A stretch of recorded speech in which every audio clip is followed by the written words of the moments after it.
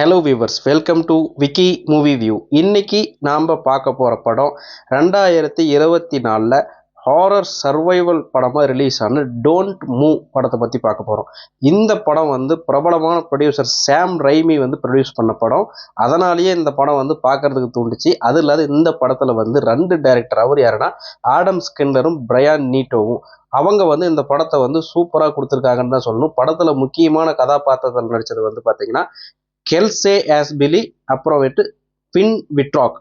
இவங்க 2 பேரும் தான் படத்தில் முக்கியமான கேரக்டரு. அந்த ஹீரோயின் வந்து ஆரம்பத்திலே வந்து அவங்க வீட்டில் வந்து புருஷன் கூட படுத்து தூங்கிட்டு இருக்கா. அவள் வந்து எந்திரிச்சு அவளோட கார் எடுத்துக்கிட்டு ஒரு மிகப்பெரிய ஒரு உயரமான மலைக்கு, ஒரு மலை பள்ளத்தாக்கு மேலே போய் நிற்கிறா. அங்கே வந்து பார்த்தீங்கன்னா ஆல்ரெடி வந்து அந்த இடத்துல தான் அவங்க ஒரு நாள் வந்து குடும்பத்தோட பிக்னிக் போகும்போது ஒரு எதிர்பாராத வகையில் அவங்க பையன் வந்து அந்த இடத்துல இருந்து தவறி விழுந்து இறந்திருப்பான். அதுக்காக வந்து ஒரு என்னமோ நினைச்சாங்களோ என்னன்னு தெரியல, அந்த இடத்த வந்து பார்க்கறதுக்கு போறாங்க. ரொம்ப டிப்ரெஷனாக தான் அவங்க ஆரம்பத்துல இருந்தே இருக்காங்க. அவங்க என்ன பண்றாங்கன்னா, சரி நாமளும் விழுந்து தற்கொலை பண்ணிக்கலாம். பையனோட நினப்பு வந்து அந்த அளவுக்கு வந்து அவங்கள வந்து உறுத்துது. அவங்க வந்து தற்கொலை பண்ணலாம் அப்படின்னு முயற்சி பண்ணி எகரலான்ட்டு நினைக்கும் போது அந்த இடத்துல ஒருத்த வரான். அவன் தான் வந்து பார்த்தீங்கன்னா சைக்கோ கொலைகாரன். அவன் வந்து ஆரம்பத்துல இருந்து என்னென்னமோ பேசுறான். அது வந்து ஹீரோயினுக்கு வந்து பிடிச்சி போக அவ வந்து தன்னோட தற்கொலையோட முயற்சியோட அந்த முயற்சியை வந்து மாத்திக்கிட்டு சரி நம்ம வீட்டுக்கு போயிடலாம் அப்படிங்கிற ஒரு கண்டிஷன்ல வந்து ஒரு முடிவு எடுக்கிறான். அதுக்கப்புறம் அந்த சைக்கோ கொலைகாரன் வந்து எதுவுமே சொல்லாத போயிடுறான். அது பின்னாடி ஹீரோயினும் போயிடுறா. அதுக்கப்புறம் என்ன நடந்துச்சு, அந்த சைக்கோ கொலைகாரங்கிட்ட ஹீரோயின் மாட்டி கடைசியில வந்து எப்படி தப்பிச்சா அப்படிங்கிறது தான் இந்த மொத்த படத்தோட கதையுமே. இது வந்து பாத்தீங்கன்னா ஒரு நார்மலான வழக்கமான சைக்கோ படங்கள்ல வந்து சைக்கோ கொலைகாரங்கிட்ட ஒரு பொண்ணு மாட்டிக்குவா.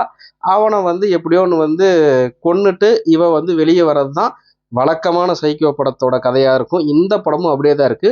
பட் இந்த படத்துல வந்து என்ன ஒரு வித்தியாசமா பண்ணியிருக்காங்கன்னா, இந்த படத்தோட சினிமோட்டோகிராஃபி, அதாவது பார்த்தீங்கன்னா இந்த படம் வந்து முழுக்க முழுக்க ஒரு அடர்ந்த காட்டுக்குள்ள நடக்குது, ஒரு மலை மேல நடக்குது. அது வந்து அந்த அளவுக்கு ஒரு கலர், அந்த சினிமோட்டோகிராஃபி, அந்த ஒரு சுச்சுவேஷன், அந்த அட்மாஸ்பியரை வந்து அழகா கன்வே பண்ணியிருந்தார் கேமராமேன். அதனால இந்தோட ஒவ்வொரு சீனுமே வந்து பார்த்தீங்கன்னா ரைட்டிங்ல வந்து அந்த அளவுக்கு ஒரு சூப்பராக இருக்கும்.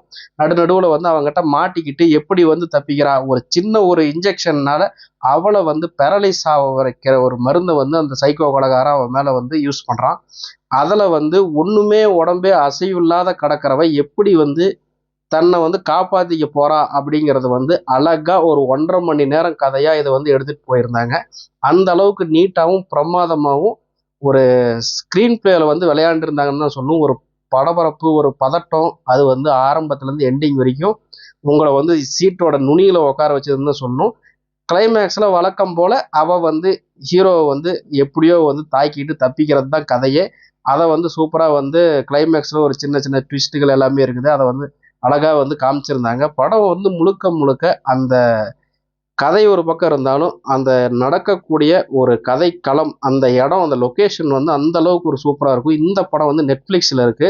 இதை வந்து நீங்கள் வந்து தாராளமாக பார்க்கலாம். அடல்ட் கான்டென்ட்டை பொறுத்த வரைக்கும் கொஞ்சம் ரத்தம் தெரிக்கும் சீன்லாம் இருக்குது. அதனால் கொஞ்சம் அதை பார்த்துக்கோங்க. மொத்தத்தில் இந்த படம் வந்து பார்த்தீங்கன்னா அந்த அளவுக்கு உங்களை வந்து ஒரு பரபரப்பாக வச்சிருக்குங்கிறதுல சந்தேகமே கிடையாது. இதை வந்து நெட்ஃப்ளிக்ஸில் இருக்குது. என்னோட சேனலை சப்ஸ்கிரைப் பண்ணாமல் பார்த்தீங்கன்னா சப்ஸ்கிரைப் பண்ணுங்கள். அடுத்த வீடியோவில் சந்திக்கிறேன். நன்றி, வணக்கம்.